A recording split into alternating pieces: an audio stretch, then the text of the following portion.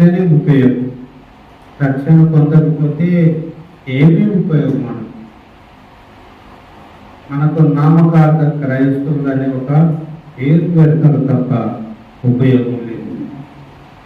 అయితే ప్రియులారా, ఇంకొద్ది నిమిషాలు వాక్యాన్ని చూసుకుందాము. హల్లెలూయా, హల్లెలూయా. దేవుని వాక్యంలో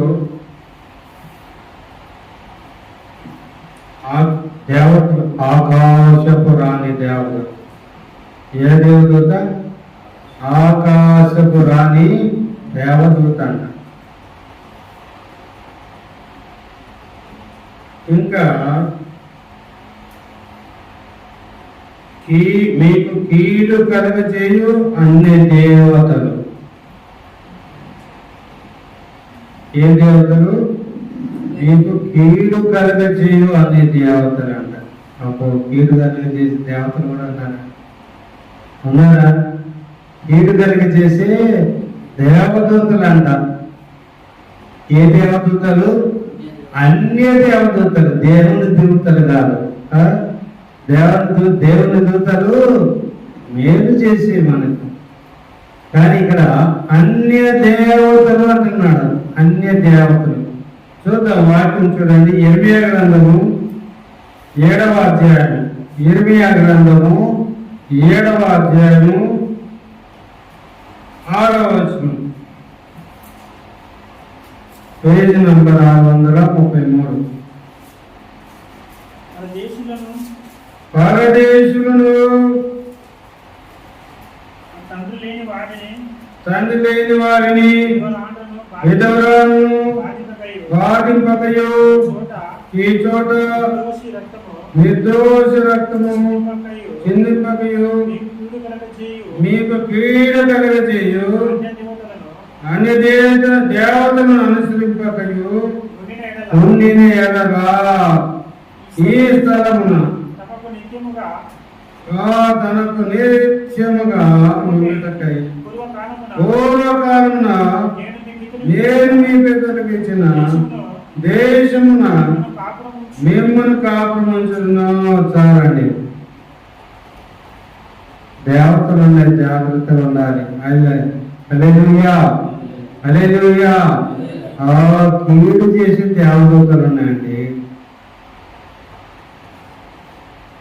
నేను ఒకప్పుడు ఎల్లమ్మ, మారెమ్మ, సుంకులమ్మ వీటికి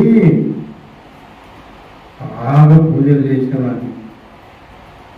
ఏం చేస్తారు అవి? బలియాలంటే పొట్టేళ్ళు బలియాలి, ఆవులు బలియాలి. ప్రతి మంగళవారము ఇక్కడ ఏం చేస్తారు? నాగలాపురం, శుక్లమ్మ నాగలాపురంలో తెలుసా మీకు? మంగళవారం ఇక్కడ కూడా చేస్తారు. మంగళవారము పొట్టేళ్ళు, మేకలు బలిస్తుంటారు. బలిచి వారు బాగా తిని తాగి తండ్రి వస్తారు. వాళ్ళు కేవలము తినడానికి, తాగడానికి, అల్లరి చేయడానికి వెళుతుంటారు. అదే ఇక్కడ దేవుడు రాసి పెట్టాడండి వాళ్ళ గురించి. ఏమి రాశాడు? మీకు కీడు కలగజేయు అన్న దేవతలను అనుసరింపకయు ఉండినేడల. అన్ని దేవతలు పూజలు పునస్కారాలు మనం చేయకూడదు. నిన్న నాయకుడు వాళ్ళ అన్న పిలిచాడంట. నువ్వు రారా ఇంటికి. ఏ పని ఉంది? ఇల్లు ఓపెనింగ్ ఉంది. ఇల్లు ఓపెనింగ్ ఉంది, నువ్వు రా. అక్కడ ఏం చేస్తారు? ఇల్లు ఓపెనింగ్ ఏం చేస్తారు? ఇల్లు అలా తెలియదు పాపం. వాళ్ళు మనం తప్పు పట్టకూడదు, కానీ అలా తెలీదు. ఏం చేస్తారు? పూజలు పునస్కారాలు ఎవరికి చేస్తారు? అన్ని దేవతలకు చేస్తారండి. ఏ దేవతలు? అన్ని దేవతలు ఏం చేస్తారంటే చేస్తాడు చూడండి, ఆ మాట చదవండి, అందరూ చదవాలి ఆ మాట. ఏం చేస్తా ఆ మాట? ఏం చేస్తాడంట? నీకు కీడు కలగజేయు అన్ని దేవతలు. ఇప్పుడు వాళ్ళు వాటికి పూజలు పునస్కారాలు చేసి టెంకాయలు కొట్టి ఏం తెచ్చుకుంటున్నారు? ఏం తెచ్చుకుంటున్నారు? చెప్పండి. అంతే కదా, కీడు తెచ్చుకుంటున్నారండి.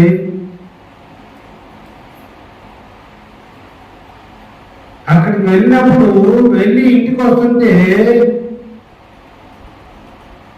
యాక్సిడెంట్ అయిపోయి కాళ్ళు చేతులు ఇరిగిపోతాయి, చచ్చిపోతున్నారు, లోయల్లో పడి చచ్చిపోతున్నారు, పెద్ద పెద్ద యాక్సిడెంట్లు అయితే చనిపోతున్నారు. ఎక్కడికి పోతున్నారంటే, ఎక్కడ పోతున్నప్పుడు అక్కడ వాళ్ళకి యాక్సిడెంట్ జరిగిందంటే వాళ్ళండి అయ్యప్ప స్వామి దగ్గరికి వెళ్ళి వస్తుంటే అక్కడ జరిగిందండి యాక్సిడెంట్. వీళ్ళకు చనిపోయారండి, ఇద్దరు చనిపోయారు, స్పాట్ డెత్ అయ్యిందండి. ఒకరిద్దరికి కాళ్ళు చేతులు ఎదుగుతున్నాయండి, ఒకరికేమో ప్రాణాపాయం ఉందండి, ఎప్పుడు చనిపోతారో చెప్పలేమేమో అని డాక్టర్ చెప్పారండి అంటుంటారు కదా కదా వార్తలు కూడా వింటుంటాం కదా. కారణం ఏంటంటే వారు కీడు కలగచే దేవతలను ఆరాధించడానికి వెళ్ళారండి. ఏం కలగజేస్తాయి? హలో, ఏం కలగజేస్తాయండి? కీడు కలగజే దేవతల దగ్గరికి వెళ్ళి వచ్చినప్పుడు వారికి కీడు కలిగిందండి. వారు కీడు కలిగించి దేవతల దగ్గరికి వెళ్ళొచ్చినప్పుడు వారికి కీడు కలిగింది, ప్రమాదము జరిగింది. ఆ ప్రమాదంలో చనిపోయారండి వాళ్ళు. అందుకని దేవుడు మనకు హెచ్చరిక చేస్తూ బైబిల్ రాసి పెట్టాడు. కీడు కలిగించి దేవతల దగ్గరికి వెళ్తున్నారో, అందుకని నాయకు వద్దని చెప్పాను. వెళ్తు నాయకు, ఒకసారి నువ్వు రానని చెప్పు, తిట్టుకుంటారు, అరుస్తారు. మళ్ళీ రెండోసారి పిలుస్తారు, రానని చెప్పు, మళ్ళీ తిడతారు, అవసరమైతే 2 దెబ్బలేస్తారు. ఎన్నోసారి మూడోసారి పిలుస్తారు, రాకపోతే అరుస్తారు, తిడతారు. ఇక 4వసారి నిన్ను వదిలేస్తారు అని చెప్పాను. పాపం నాయకు విన్నాడు నా మాట. విని అక్కడ వెళ్ళకుండా ఉండిపోయినాడు. అందుకనే ఆయన టీం లీడర్గా పెట్టింది, లీడర్గా పెట్టింది. అందుకనే నిలబడతాడని. లీడరా జాగ్రత్తగా ఉండాలి. ఎక్కడికైనా ఇంట్లో వెళ్తే ఏం చేస్తారు?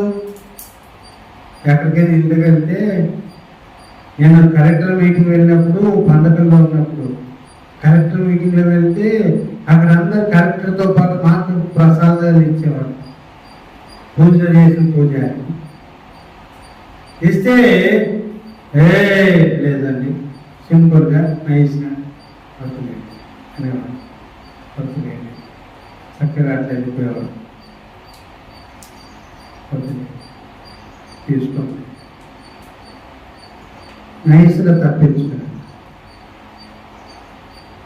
వీళ్ళగా భయంకరమైన దూతలు ఉన్నాయి, కీడు చేసే దూతలు. ఎల్లమ్మ, మల్లమ్మ, పుల్లమ్మ, పోలీరమ్మ, పెద్దమ్మ తల్లి, మోకాలమ్మ తల్లి. తెలంగాణలో ఏమో ఉన్నాయి, 3 దేవతలు ఏమున్నాయి తెలంగాణలో. ఏదో ఉన్నాయి, అవునండి. అది ఏదో పెద్ద తిరణాలు చేస్తారు కదమ్మా. తెలంగాణలో పెద్ద తిరణాలు చేస్తారు. బతుకమ్మ ఏం పేరు? బతుకమ్మ. బతుకు తీసేస్తారు చెడబడుతుంది. ఇంకా కొన్ని పేర్లు ఉన్నాయి తెలంగాణలో, చాలా ఉన్నాయి. దేవుడు కాపాడేవాడు, ప్రాణాలు తీసేవాడు కాదండి. the Savior. The Lord Jesus' name is Savior. He is only one Savior in the earth. He is only one Savior on the earth. No one can save the people. Only Jesus can save the people. He is the Savior. His name is Savior. ఇక ఎవరు రక్షించేవారు లేదు, రక్షకుడు అనే పేరే లేదు. యేసు ప్రభువుకు మాత్రమే రక్షకుడు అనే పేరు ఉన్నాడు. ఇంకొక దేవత ఉంది. ఏం దేవత తెలుసా? ఇంకొక దేవత ఉంది తెలుసా? ఆకాశ దేవత. ఏ దేవత ఉందా? అసలు బైబిల్లో ఉందా? ఉందా అండి? చదివారా? మీరు బైబిల్ బాగా చదవాలి. మీరు బైబిల్ చదివితే ఇట్లాంటి విషయాలు తెలుస్తాయి. ఇదే అధ్యాయంలో చూడండి, 7:18. ఇర్మియా గ్రంథం 7వ అధ్యాయము 18వ వచనం చదవండి. చూడండి పిల్లరా, నాకు కోపం పుట్టించినట్లు. ఎవరు కోపం పుట్టించారంట? దేవుడికి కోపం పుట్టించినట్లుగా ఆకాశరాణి దేవతలకు పిండి వంటలు చేయాలని, అన్న దేవతలకు బాణార్పణలు పోయాలని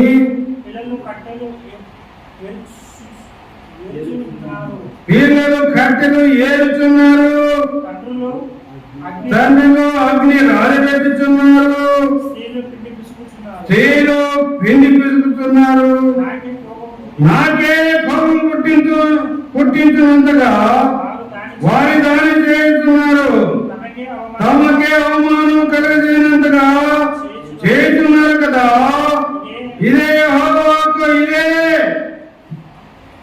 అందువలన ప్రభువు యెహోవా సెలవిచ్చిన దేవునగా, ఈ స్థలం మీద, నాన్న మీద, జంతువుల మీదను, పొలముల చెట్ల మీదను, భూమి పంట మీదను నా కోపము, నా ఉగ్రతను కుమ్మరించేదను.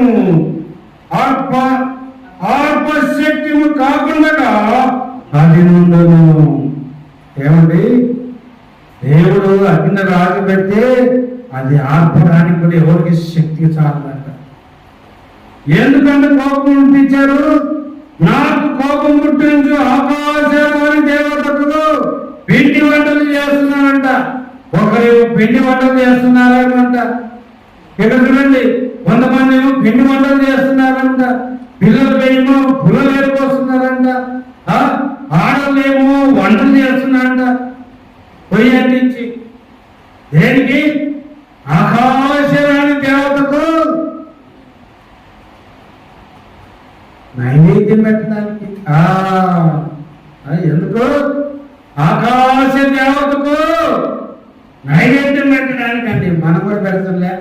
నేను పెట్టాను, మరి మీరు పెట్టారు లేదు. దేవతలకు నైవేద్యం పెట్టినంత వరకు మా అమ్మగా పూజ చేసేటప్పుడు అక్కడ నైవేద్యం పెట్టే వరకు, పెట్టిన తర్వాత భోజనం పెట్టేది. అంతవరకు పెట్టేది. ఆగరా వచ్చే బాబు, నైవేద్యం పెట్టాలి. దేవుడు పెట్టిన తర్వాత అక్కడ అది ఎట్లాగే ఉంటుంది. దేవుని పటం దగ్గర, ఆ విగ్రహం దగ్గర ఉంటుంది. అది తింటాడా? విగ్రహం తింటా అని ఎప్పుడన్నా చూశారు? విగ్రహం తినేది తినే చూశాను. సమాధం దగ్గర కూడా పెట్టేస్తారు. సమాధం దగ్గర పెట్టి తింటా చూసారు ఎప్పుడన్నా? లేచి సమాధంలో ఉన్నట్టు లేచి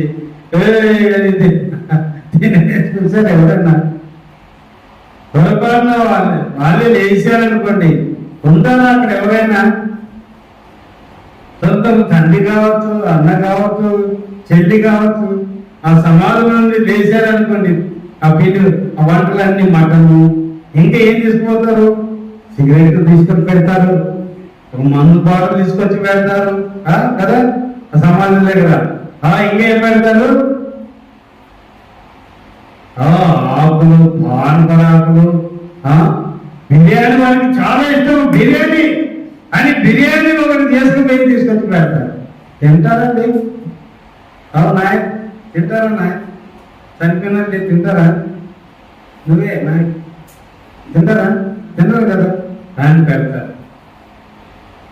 అట్లాగని ఇక్కడ ఆకాశ రాణి దేవత అంటే ఆకాశానికి రాణి ఉన్న దేవత అంటే ఆమె. ఆ చదవండి, ఆ మాట చదవండి. నాకు కోపం పుట్టించుతూ ఉన్నట్లు ఆకాశ రాణి దేవతకు పిండి వంటలు చేయాలని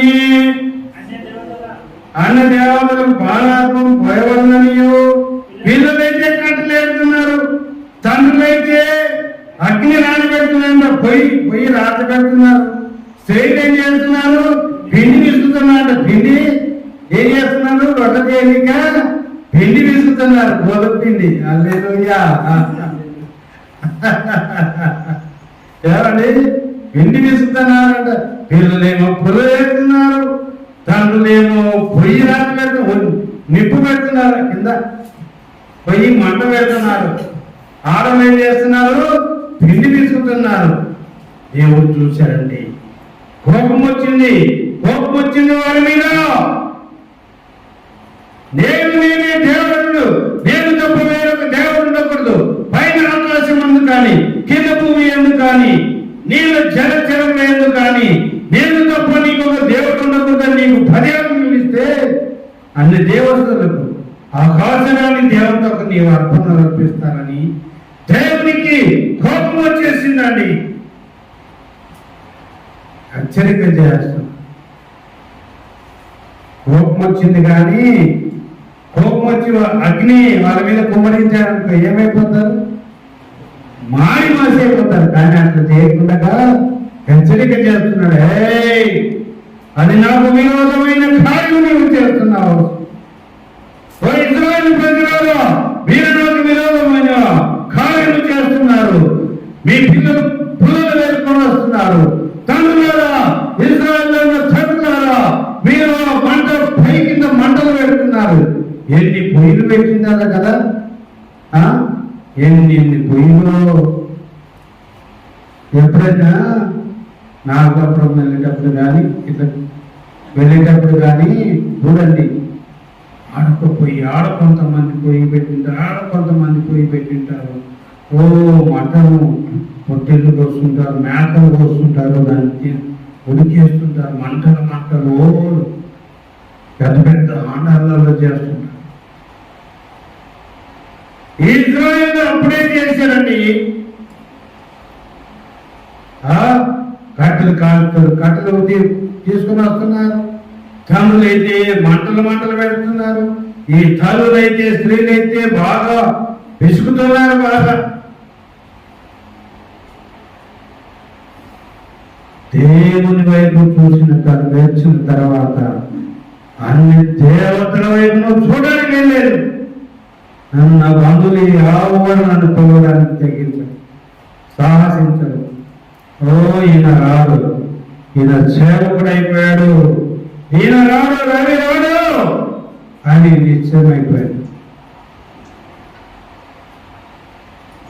పిలవలేదు వాడునండి. వీళ్ళందరినీ కాసుగా బ్రతుకుతూ ఉన్నారు. అన్ని దేవతల వైపు చూడటం లేదు.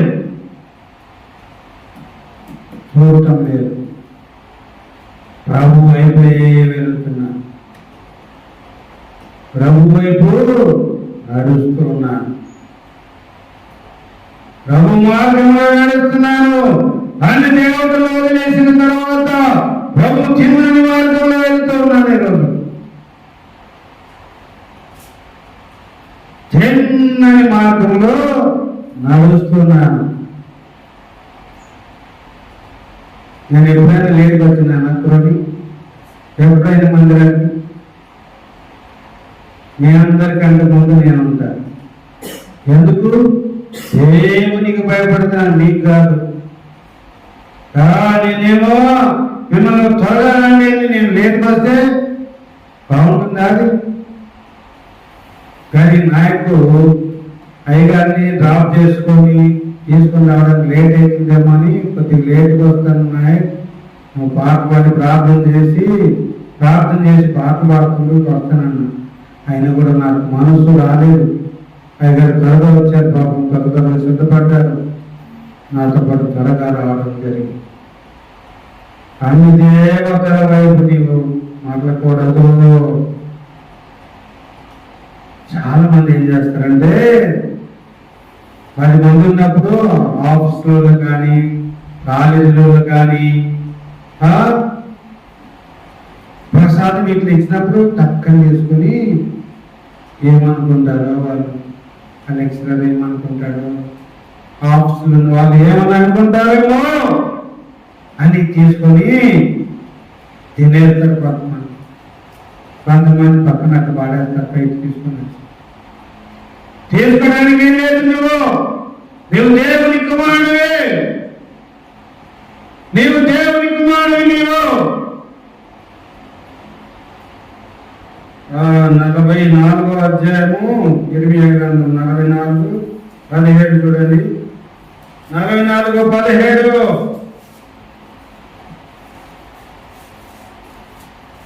ఇక్కడ కూడా ఆకాశరాణి గురించి ఎన్నిసార్లు రాయబడిందో చూడండి.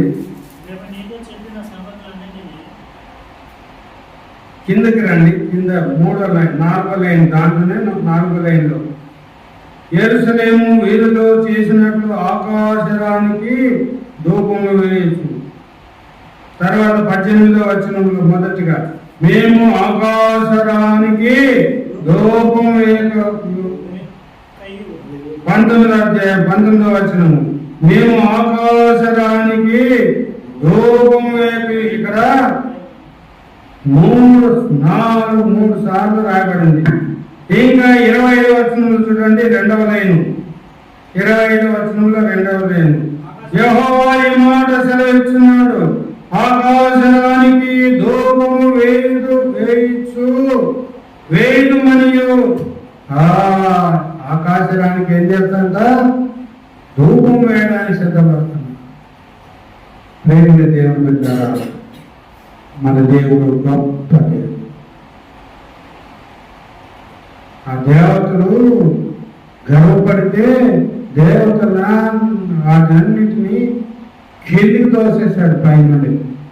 అప్పుడు ఆకాశం దగ్గర భూమి మీద అవి సంచారం చేస్తూ తిరుగుతూ ఉన్నాయి. ఆకాశం మీద ఆకాశ దేవతలు, భూమి మీద అన్ని దేవతలు సంచారం చేస్తున్నారు. పరలోకములో దేవుని దూతలు, వారికి పరలోకంలో ఉన్న దేవదూతలకి ఆకాశంలో తిరిగే అధికారము, భూమి మీద తిరిగే అధికారము, సముద్రంలో తిరిగే అధికారం ఇచ్చాడండి. ఆకాశ దేవతలకు ఆకాశం మీద, అన్ని దేవతలకు భూమి మీద తిరగడం మాత్రమే. కానీ ప్రేమని దేవుని బిడ్డలారా, ఈ అన్ని దేవతలను బాబు ఇక్కడ చూడండి, రమేష్ బాబు ఇక్కడ చూడాలి. ఇద్దరంటే బయట కింద అన్ని దేవతలు. ఇంకా ఏ దేవత?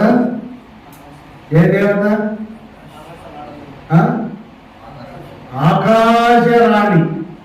ఆకాశరాణి దేవత. ప్రేమరా, మనము అన్ని దేవతలను వెంబడించడానికి వీలేదు.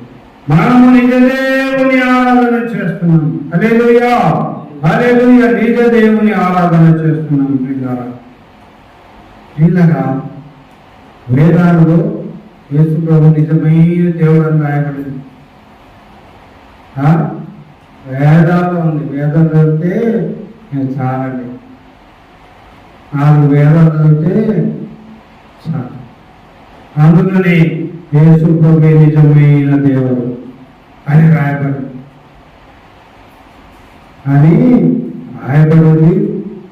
యేసు ప్రభు శిలువలో చనిపోతాడని రాయబడింది. యేసు ప్రభు సమాధి చేయబడతాడని రాసి ఉంది. యేసు ప్రభు సమాధి చేయబడి 3వ దినంలో తిరిగి వేస్తాడని రాయబడింది.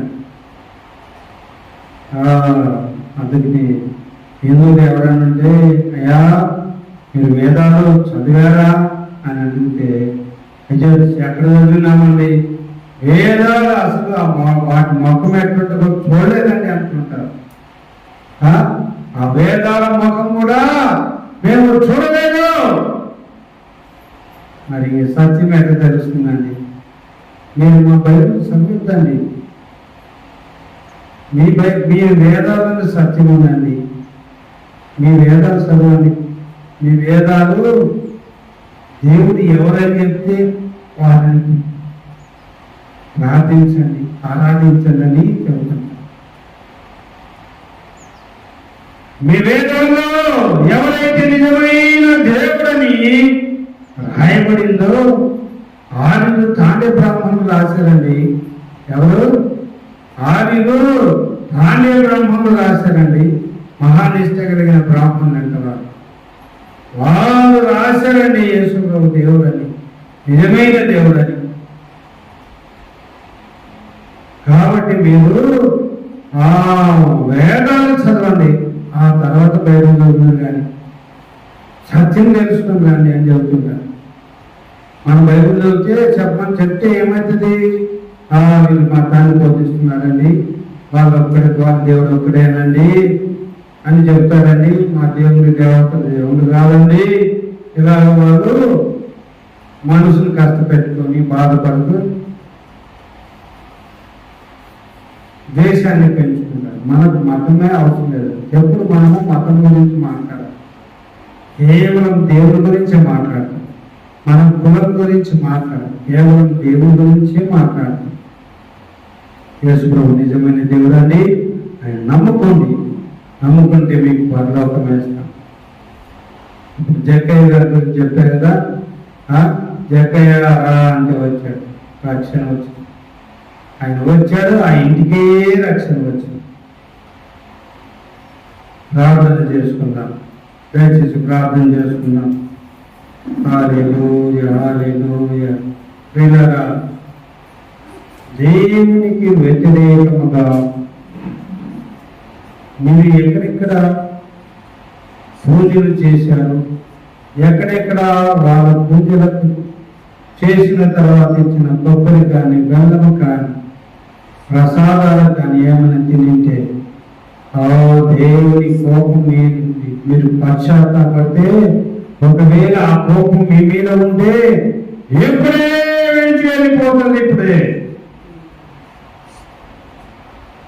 ఇప్పుడే వెళ్ళిపోతుందండి. దేవుడు నీకు చూపిస్తున్నాడు. ఇదిగో దేవుడు నీకు చూపిస్తున్నాడు. ఎక్కడెక్కడికి వెళ్ళావు, ఎక్కడెక్కడ ప్రసాదాలు తిన్నావు, అది చూపిస్తున్నాడు. ఎప్పుడే పశ్చాత్తాపడు, దేవుడు నిన్ను క్షమిస్తాడు. ఏ విగ్రహాలను వెంబడించావు, ఏ గుడితో తిరిగావు, ఇదిగో దేవుడు నీకు చూపిస్తున్నాడు. ఈరోజు సినిమా చూపించినట్టుగా నీకు చూపిస్తున్నాడు. ఒక్కొక్కటి ఒప్పుకో, ఒక్కొక్కటి ఒప్పుకో. ఇప్పుడే ఒప్పుకో. నీ మీద దేవుని ఉగ్రత నీ నుండి తొలగిపోతుంది.